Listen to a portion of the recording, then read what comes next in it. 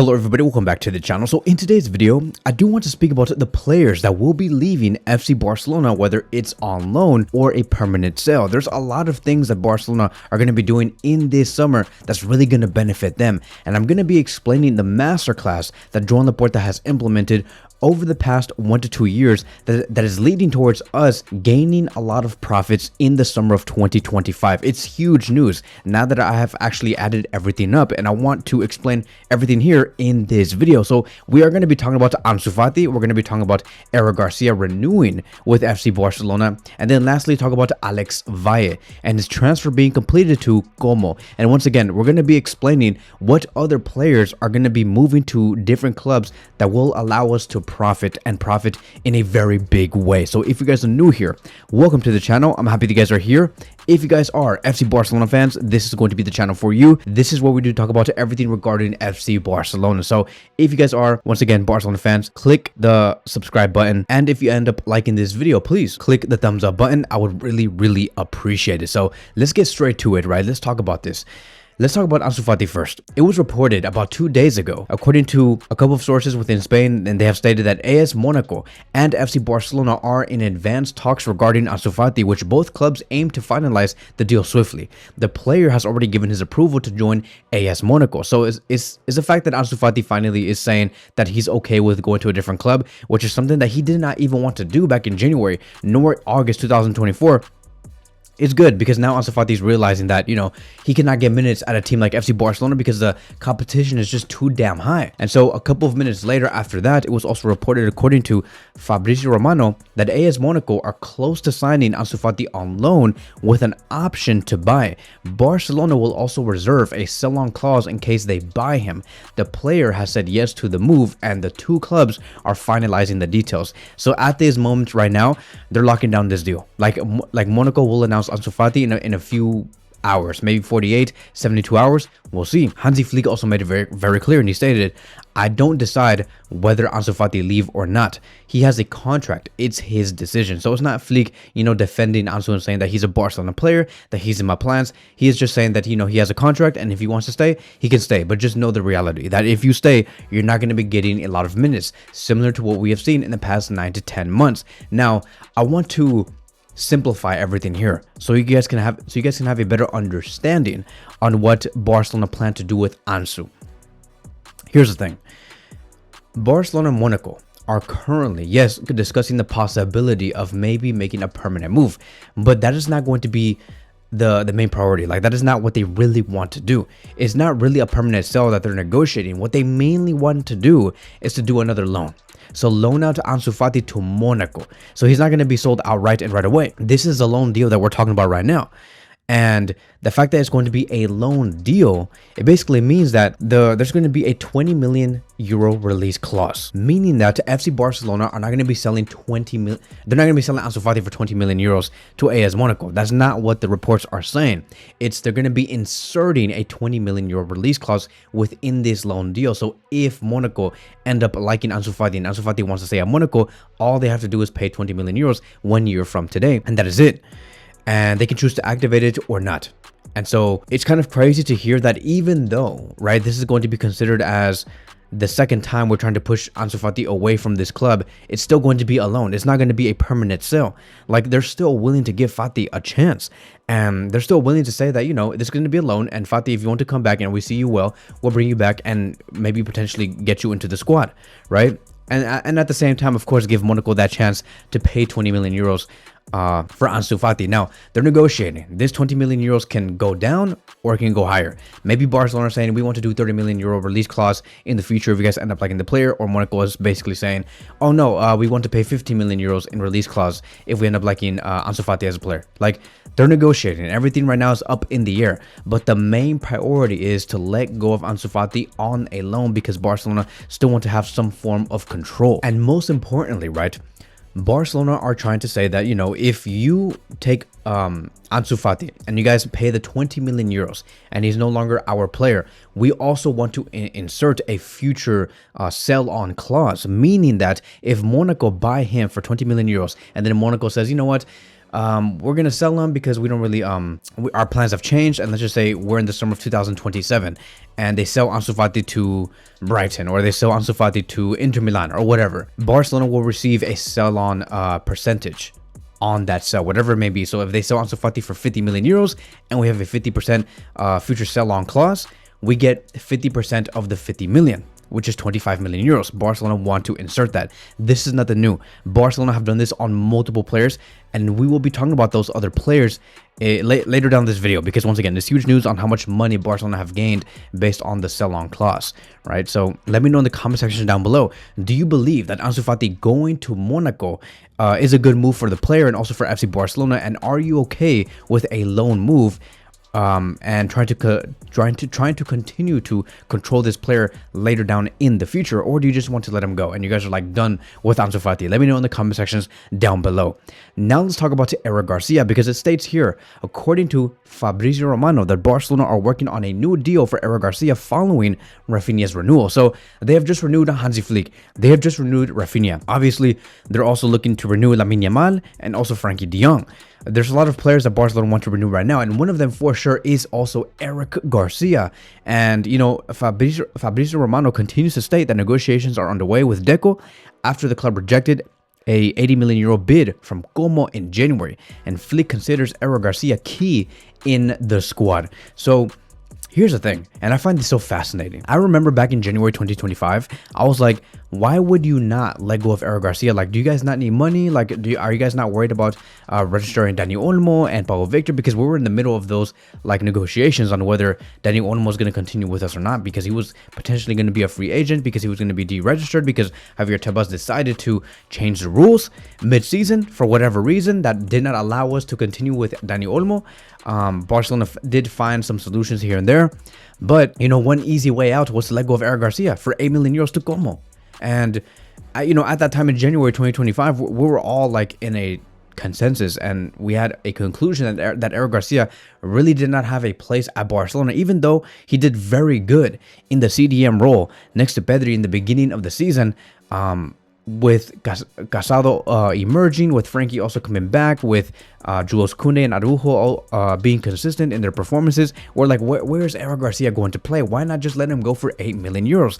But we heard at that time that Hansi Flick said, no, I want you to stay. I want you to stay. I have confidence in you. I have a plan for you. Do not worry. And we all question, okay, so what's going to happen? Like, where's Eric Garcia possibly going to play? And only to find out that Eric Garcia was slowly getting implemented back into the defensive line in the center back position. But most importantly, once Jules Koundé took a step down because of an injury, he went into the right back position and he played in that position extremely well, right? He became and slowly started to become a key player for Barcelona, and a player that I believe is going to save Barcelona money down the line in this summer, because we were on you know, going into the transfer market and saying, okay, like, who the hell are we going to sign for the right back position? Like, who is available? Trent? No, he's going to Real Madrid. Vanderson, that doesn't look like he wants to go. Like, who's coming? Dumfries, he looks like he's fully committed to Inter Milan. Like, who the hell are we going to sign? There were so many questions, but with Eric Garcia showing that he can not only play as a CDM and also as a center back, but play as a right back, he's going to save us money. Eric Garcia can be the competitor to Jules Koundé on the right back position, which is funny, right? Because these are two originally center backs. And the fact that Eric Garcia can give that push to Jules Koundé, that is good news. We can save money. We can reallocate those funds that we're going to go to the right back position and push it towards the left wing position or the striker position if we are interested, because we do need to reinforce the attack for sure. Because I hate the fact that Rafinha might potentially play another 55 to 65 games next season, and the same thing can be said with Lewandowski. I mean, like, bro, notice how Lewandowski, as we got deeper and deeper into the season, he was playing less and less. He was getting tired. He was getting fatigued. So it's good to know that we're going to be saving money on the left back position with Martin and Alejandro Balde as our options. We have a lot of options on the left back position. We don't need to spend money there. On the right back position, same thing. We have Jules Koundé and Eric Garcia. We don't need to spend money there. We reallocate those funds to the attack, and that's good. Eric Garcia, to me, right, going back to the player, showcases tactical intelligence. Somebody who does not complain. He's not somebody that says, why do I have to play in this position again? Like, I don't enjoy it. Can I just play on the center back position? He's a freaking professional. He does not cry. He does not complain about nothing. And I like that. Eric Garcia is extremely smart on the pitch. He reads the game very well. He may not be the fastest. I think that if Eric Garcia was as fast as Dumfries, he would be like world class to me. Like, this guy would be insane if he was a little bit faster, but you know, he's not the fastest. But his ability to anticipate plays and stabilize the defense, great. Hansi Flick does value him in terms of awareness, especially in the high pressing system. Eric Garcia reads it very well. Going back to the versatility, center back, defensive midfield position, he can play as a fullback. He was crucial when players like Frenkie de Jong were injured, or when Gavi or Pedri were injured. Sometimes playing next to Casado, sometimes playing next to Frenkie de Jong, sometimes playing next to Kobarsi, sometimes playing next to Lamine Yamal. This guy is it. And so his flexibility can change the tactics for Hansi Flick when he needs to. And I think that he's also a surprise attacker. Like, bro, not only is he like a good right back and somebody who just, like, you know, like, we're not out here just saying, okay, he's a good right back because he can defend well. This guy, he's a surprise attacker. Like, this guy has 3 goals and 1 assist this season as a right back, right? So he knows how to go up and like find those goals. Look at how he was definitive in the match against Benfica. And there was also a couple of matches. I think it was against Inter Milan. I may be wrong, but it was like in those knockout matches where Eric Garcia was like in top form and scoring goals. It's rare for defenders. And so his ability to contribute in the attack, it just makes him more valuable. And I think that Hansi Flick does trust him a lot, which is another point. Flick blocked a January move to Como or Girona. He had 2 choices, right? He could have just gone there and just call it quits and just go for the easy call and get a starting position. But Flick said, look, I know that the level is extremely high, but I still trust you and there's still a role for you. So to us, I view Eric Garcia as our modern version of Adriano or Sergi Roberto. And every team, and every great team from Barcelona especially, always contained a player like that. Eric Garcia, for us in this modern time, he's it. And I think that Hansi Flick also sees that, and Eric Garcia does trust Hansi Flick and his word that he's going to continue to be a very important player for us for the project. And I do see him having continuity and renewing with us for the next 2 or 3 years if he continues at this high level. So let me know in the comment sections down below, are you okay with Eric Garcia having continuity and staying with us for the next season? So now let's go on to the big news, because I was doing some math here and I want to really just congratulate Drorta for the type of business that he has been doing for FC Barcelona that allows us to profit even more. These are things that you will never hear from the media. You will never hear like ESPN or like, I don't know, Marca or AS, like AS, whatever they're called, right? You will never hear these people like call out this type of information and what Drorta and Deco and the rest of the sporting department and financial department have been doing for the club. But I want to talk about it here and put this out first before anybody else. So first things first, Alex Valle is going to Como, okay? And he's going to go for 6 million euros total, 4 million euros fixed plus 2 million euros in variables. Amazing. Great news. I'm pretty sure that in the future, there might be a possibility where Alex Valle can come back in, right? Barcelona do have that type of control. And even Alex Valle is open towards potentially coming back to Barcelona if he ends up making it and doing it really good at Como and showcasing his talents. And maybe Hansi Flick is like, you know, you're showing good level. Let me call you back. You're okay. Right? Similar to how, you know, Xavi Hernandez called back Fermin Lopez or Hansi Flick called back Eric Garcia. And there's always that possibility. And Alex Valle stated, before I made mistakes that made you say he's still a kid, now it's time to be daring. Like, he's willing to go in, play as a left back or right back, wherever, and go in there and score goals, provide assists, and really showcase that he has football talent. And then he also stated, I had to fight every year at La Masia. Nothing was guaranteed. This Como project, it is a winning project, and I'm here to work and reach the top. So it's good to know that Alex Valle is leaving with not a lot of pessimism. He's not being I would just say toxic or saying that, you know, Barcelona never gave me a chance, unlike freaking Grimaldo, who yearly, right, every year wants to talk bad about FC Barcelona. But Alex Valle is saying, you know, like nobody guaranteed me anything. They told me that it was going to be hard, but, you know, if I have to move to Como to upgrade my game, so be it. It's fine. If Barcelona want me back, I'll work hard and I'll try my very best. So it's good to know that he's not pessimistic about this move and he's willing to be open-minded and just continue to progress his career. And I do wish him a lot of luck, and I hope that he ends up maybe potentially returning and coming back as a much better player. But now, speaking about Alex Valle, right, knowing that we have gained 6 million euros from this player, which is a profit, by the way, let's talk about another player that is going to be making a move, Todibo. Do you guys know that Todibo is still in some capacity a Barcelona player? I mean, like, I know that he's not registered as a Barcelona player and he's not like all known, but I'm talking about there's a sell-on clause that Barcelona do have on this player, meaning that you know, his original sale, for example, to OGC Nice back in 2021, we sold him for 8.5 million euros, but with a 20% sell-on clause. His new club right now is West Ham. Yeah, so initially on loan, became a permanent move after West Ham avoided relegation.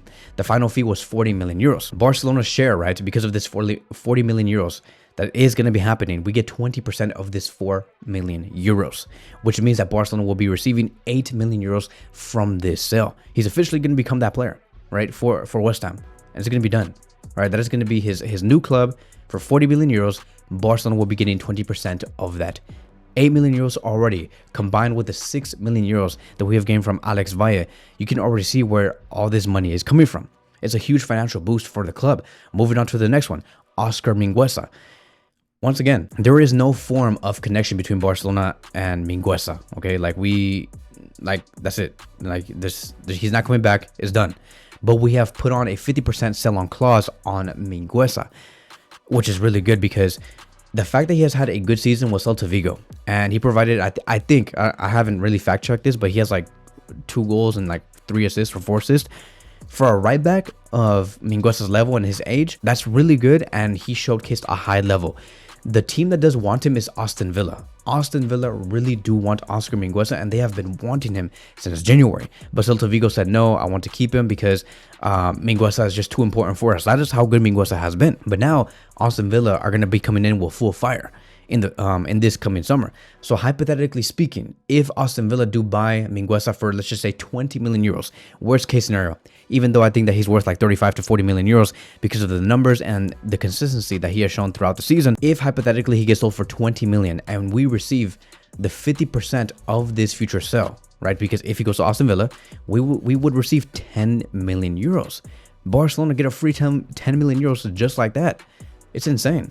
So, and there's no buyback option that Barcelona can exercise. It's done. This guy is a Celta Vigo player, and he's not going to be returning. If he moves, it's going to be for another club, and most likely it's going to be Aston Villa. Mingueza is ranked in terms of the top 17% for progressive passes and 13% for carries. He's a key player for Celta Vigo, and Aston Villa do see that. So they're going to be paying the top dollar if they need to. So 10 million euros for Óscar Mingueza because of the sell-on clause. We got 8 million euros from Todibo because of the sell-on clause. We have Alex Valle for 6 million euros that we have sold to Como. Let's move on towards the last player, Trincão. I don't know if Trincão is for sure going to be leaving Sporting CP because he is such a perfect fit for this team, but there has been a lot of clubs that do want Trincão. Like, for example, I have heard Manchester United, Man City, Arsenal, and Newcastle are looking at Trincão right now. And Barcelona, yet again, have put a future sell-on clause on the player, which is 50%. The original sale for Trincão was back in 2023, where we sold him for 10 million euros. And right now, his release clause is 50 million euros. That is what Sporting CP have said. They're like, this guy is worth 50 million euros. And so if a team like United, City, Arsenal, or Newcastle want this player, you're going to have to pay 50 million euros. And we retain 50% of that, which is insane. The best thing that could happen for Barcelona is for a lot of Premier League clubs to compete for one player, because they don't have any restrictions. They don't have any limitations, no nothing. They can spend as much as they want with no problem. Their financial fair play doesn't exist. It just doesn't. So hypothetically speaking, once again, if Trincão leaves Sporting CP, because he would be leaving on a good level, by the way, not leaving on a weak level, but good level, high level. If he were to leave for 50 million euros, Barcelona will earn 25 million euros. If best case scenario happens, okay, because I'm doing worst case scenario, but if best case scenario happens and he gets sold for 60 million euros, we would retain 30 million euros. So there is buyback clauses on this player for Trincão. Like, for example, back in 2024, there was a buyback clause of 17.5. They did not exercise it. They weren't interested. In 2025, there is a buyback clause for 20 million euros. They're not going to be exercising this option. It's not going to happen. This guy is for sure a Sporting CP player, not a Barcelona player. It's just they don't want to have any connections there. What they want is to have connections on any future sale. Very similar to what we talked about with Mingueza and Todibo. And so that's it, right? Context. Trincão is in top form for Sporting CP and Portugal. And Sporting CP needs to sell this summer to maximize value before the 2027 contract ends. So it's going to be happening very soon, right? Trincão's contract with Sporting is ending, and if they want to make any sort of profit, they would have to sell him now. So all in all, why is this a big deal? When we add all the money together, and we're just putting worst case scenario, like the least amount of money that Barcelona could earn on sell-on clauses. I'm not gonna do like best case scenario and say like, oh yeah, like Trincão for 80, Todibo for like 56 or whatever. We're doing worst case scenario because I want us to understand just how good this is. In total, worst case scenario, and this is like the minimal that Barcelona will be earning from sell-on clauses is 47 million euros. That is a lot of money. Now you may say, no, but Kevin, didn't we spend more on Trincão and Todibo and all these players than how much we're going to sell them for in terms of the sell-on clauses in the future? Well, look, I did some math. Barcelona invested 31 million euros. No, let me rephrase that. Barcelona invested 31 million euros for Trincão back in January 2020. Todibo came in for free. Óscar Mingueza is a La Masia player, and Alex Valle is also a La Masia player. So in total, when you combine these 4 players that we have brought in, okay, just for it to make sense, it's 31 million euros. That is how much it cost for us, for Barcelona, in the accounts. Because Mingueza, La Masia, Alex Valle, La Masia, Todibo came in for free, Trincão, we spent 31. So in total for these 4 players, on paper, it costs 31 million euros that we have spent, right?